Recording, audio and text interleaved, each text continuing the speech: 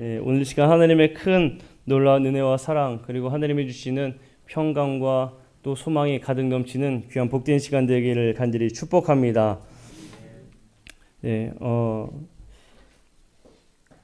2023년 마지막 날을 보내면서 이제 새해를 맞이하기 위해 준비하는 우리 모든 성도님들의 계획 가운데에 하나님의 역사가 임할 줄로 믿습니다. 자, 오늘 우리는 함께 희망의 빛이 되는 교회라는 제목으로 말씀을 나누고자 합니다. 희망의 빛이 되는 교회. 우리 교회 내년도 2024년도 또 표어이기도 합니다. 우리 교회가 우리 삶의 희망이 되어지고 또 가족의 희망이 되어지고 우리 이웃의 희망이 되어지고 우리 마을의 희망이 되어지고 계속 해야겠어요. 아멘이 나올 때까지 남해의 희망이 되어지고 우리 지방의 희망이 되어지고 우리 연의 희망이 되어지는 교회가 되기를 축복합니다. 2016년도 그 오스트리아의 단편 영화 중에 커브라는 제목의 영화가 있습니다. 영화가 참 짧아요. 11분. 영화가 이제 11분밖에 되지 않아요. 근데 이 커브라는 이 영화가 내용이 어떤 거냐면 다른 막 대단한 모습이 있는 것도 아닙니다.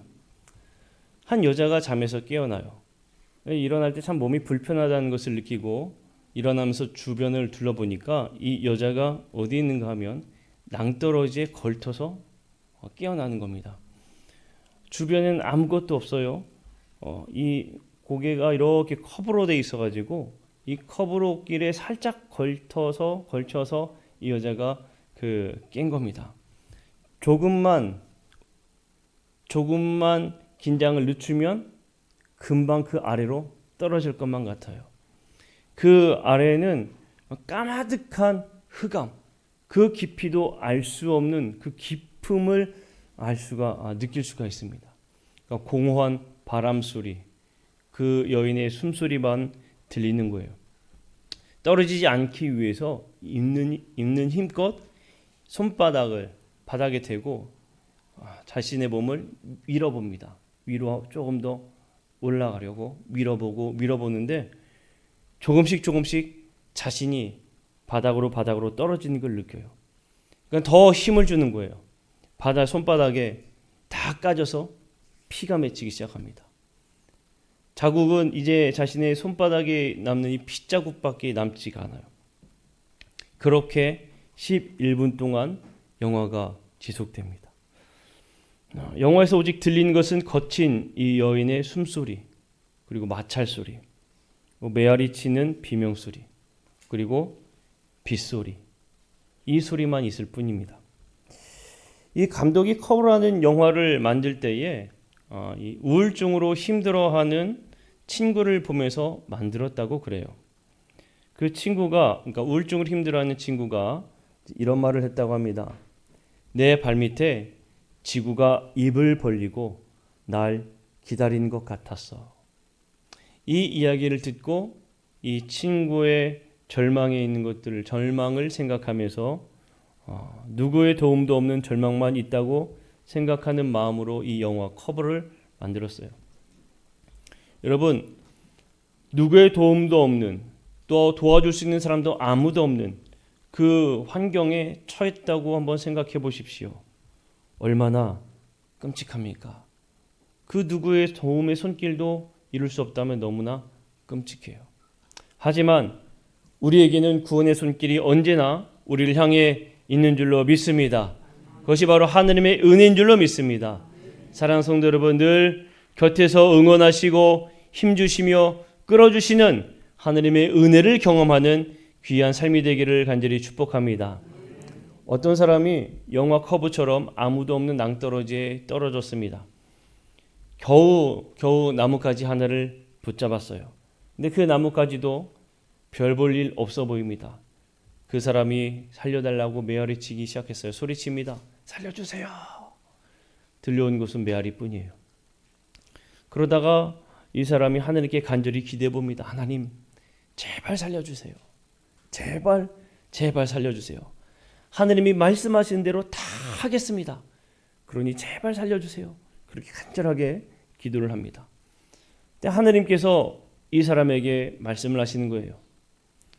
얘야, 내가 말하는 대로 정말 다 순종할 수 있겠느냐?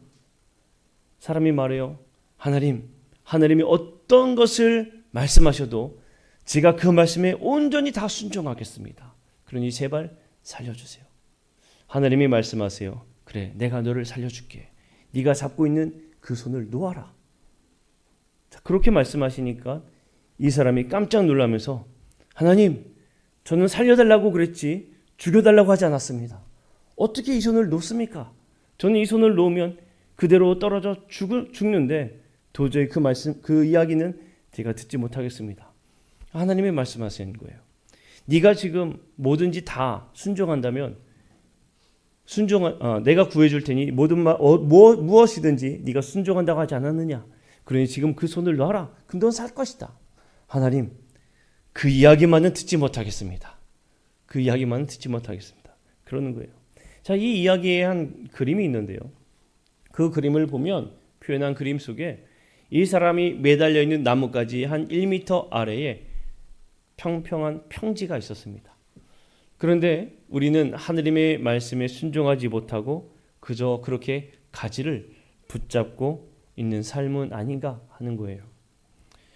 사랑하는 성도 여러분, 이 말씀을 나눈 이유는 다름이 아닙니다. 하나님께서 우리에게 하시는 말씀들이 때로는 우리가 이해할 수 없어도 또 우리의 생각으로 이해가 되지 않아도 하나님이 말씀하신 거라면 그 말씀에 순종하시기를 간절히 축복합니다. 하나님은 우리를 위해 말씀하시지, 우리를 살리기 위해 말씀하시지, 우리를 죽이기 위해 말씀하시는 분은 절대로 아니라는 겁니다. 그렇게 우리가 이해하지 못할지라도 하나님이 말씀하시는 그 말씀이라면 우리가 그 말씀에 순종한다면 우리는 반드시 하나님의 그 구원의 손길에 이르는 줄로 믿습니다. 오늘 예레미야의 본문은 바로 이러한 내용을 담고 있는 사실 본문 속에 나오는 말씀입니다. 하나님은 예레미야를 통해서 이스라엘 백성들에게 무엇을 선포하라 이야기했는가 하면 이스라엘 백성들이 바벨론에 멸망할 것이니까 바벨론에 항복하여서 바벨론 나라에 가서 너희들의 삶을 준비해라, 그 이야기를 선포하라고 말씀하셨어요. 예레미야가 이 말씀을 듣고 이스라엘 백성들에게 이야기를 합니다. 여러분, 하나님께서 우리를 치셨기 때문에 우리는 바벨론의 포로가 될 수밖에 없습니다. 그러니 바벨론에 우리는 항복해야 합니다. 이 이야기를 하는 겁니다. 말도 안 되는 듯한 이 이야기를 예레미야는 전파하고 증거하고 있는 거예요. 그 누가 이 이야기를 듣느냐는 거예요. 아무도 예레미야 이야기를 듣지 않았습니다. 마치 예레미야 이야기는 우리를 저 죽으라고 하는 이야기, 나라를 팔아먹으라는 이야기, 그것처럼 들리게 되는 겁니다. 그런데 오늘 본문 속에서 하느님의 뜻이 무엇인지 정확하게 말해주고 있는 거예요. 우리의 생각으로, 우리의 마음으로 절대로 이해할 수 없는 환경과 상황이고 그 말씀에 순종하라고 하는데 그 말씀의 의미는 무엇이냐? 우리가 함께 읽었던 예레미야 29장 11절 말씀을 보면 여호와의 말씀이니라. 너희를 향한 나의 생각을 내가 아나니 평안이요 재앙이 아니니라. 너희에게 미래와 희망을 주는 것이니라. 이게 하느님의 뜻이라는 겁니다. 인간의 생각으로는 그 말씀에 순종하면 죽을 것만 같아요. 그 말씀에 순종하면 결국에 멸망한 것 같은데 아니라는 겁니다. 하나님은 우리를 살리기 위해 미래와 희망을 주고자 말씀하고 있음을 우리에게 말해주고 있습니다. 사랑하는 성도 여러분, 하나님은 우리를 절망 가운데에 빠뜨리시는 분이 절대로 아닙니다. 하나님은 우리의 희망이 되어주시고 미래를 주시는 분이 되십니다.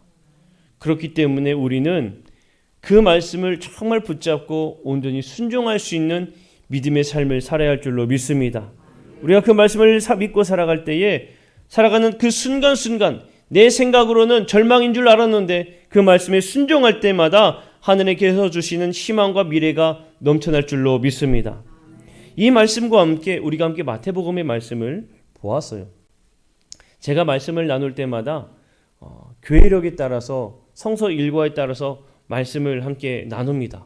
오늘 이 송구영신 예배 가운데 주어지는 이 말씀 가운데 이 마태복음의 말씀이 있었어요. 이 말씀을 보면서 우리가 희망의 빛이 되는 교회가 되어야 하는데 이 말씀은 도대체 어떻게 우리에게 희망과 미래를 주고자 하는 말씀일까? 깊이 한번 생각해보고 고민해 보았습니다. 마태복음의 내용은 다름이 아니에요. 마지막 때에 상 받을 자 그리고 심판받을 자에 대한 구분되어지는 내용들이 다가옵니다. 오른편과 왼편으로 나뉘어서 오른편에 있는 자들에게는 하느님이 칭찬하시고 왼편에 있는 자들에게는 하느님이 저주하십니다.